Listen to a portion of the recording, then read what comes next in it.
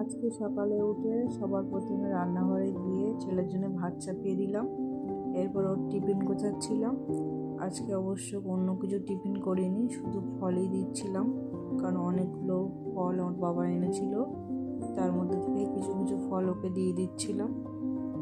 এটা হলো dragon fruit, আর কিছুটা আঙুর দিয়েছিলাম, একটা কলা পাকা দিয়েছিলাম, আর আপেল দিয়েছিলাম।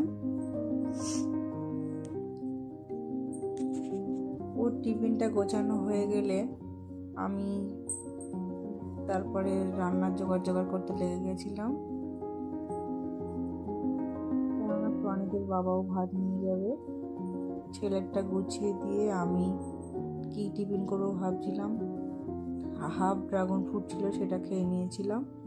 আর এদিকে আমাদের ওই বাড়ির সামনে গাছটা কাটছিল, কেননা আম গাছটা ঠেলে উঠছিল না, বাধা দিচ্ছিল। সেজন্য বাবা বলল যে ডাল কিছুটা কেটে দিই।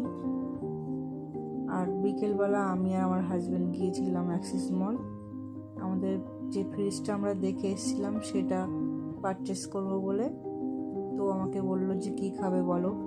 তো আমি আমার এই ইচ্ছা মতো, এই যে এটা হচ্ছে কি পনিরের কোপ্তা ছিল। আমরা ভেবেছিলাম যে ভালো হবে না, প্রথমবারই অর্ডার দিয়েছিলাম, কিন্তু খেতে দারুণ ছিল। তারপরে আমাকে জিজ্ঞাসা করেছিল কি খাবে, তা আমি বলেছিলাম যে কি মাক্কাই রুটি আর কড়াই চিকেন আর তন্দুরি রুটি।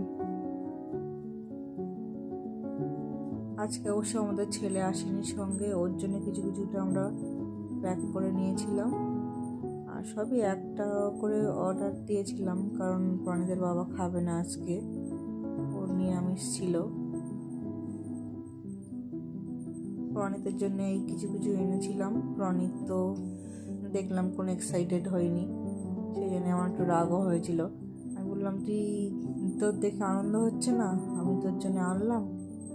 তা ও প্রথমে ভেবেছিল এটা মাছ এনেছি ওর জন্যে, তারপর যখন দেখলো চিকেন, তারপর একটু এক্সাইটেড হলো।